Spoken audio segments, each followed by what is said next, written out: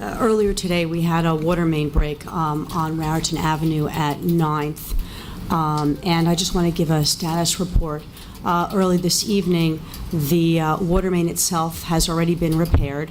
DPW was hard at work all day repairing it, and I'd really like to thank them for their dedication, their hard work. At present, though, there is still some traffic concerns.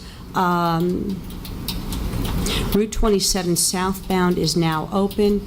Route 27 northbound is being diverted onto Woodbridge Avenue at South 6th. I believe, as I'm speaking right now, the pavers are out to repave the surface. That should be complete this evening, and then later this week we'll have the pavers come out again and do the final covering. So that should be done by the end of this week. And thank you, Chief, and the police that came out and helped with that as well. I did want to talk a moment about the water mains in general. As you know, when I became mayor, one of the first things I did was put together a task force to address our infrastructure and capital improvements. The reason for this is I'm acutely aware of the impact all of the new development will be having on our population here in Highland Park. And you've heard me say this before, but we're anticipating a 12% increase in our population on only the already approved developments. Saying that, it's imperative for us to plan for our growth. One of the components that is being addressed by this task force, which, by the way, is chaired by Dr. Clint Andrews. I was about to say Clint Eastwood. Ride 'em high, hang 'em, whatever.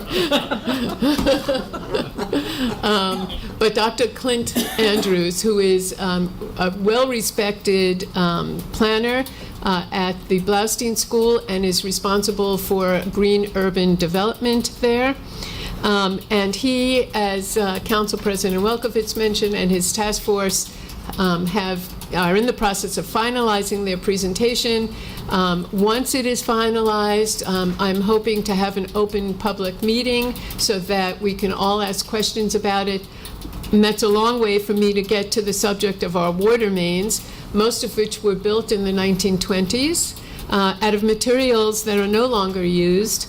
One of the things that had an effect on the water main that broke today is the fact that it is located below Raritan Avenue, Route 27, and gets a lot of impact from trucks and cars. As many of you know, we have approximately 25,000 cars going back and forth through Highland Park on Raritan Avenue every single day, and that includes trucks.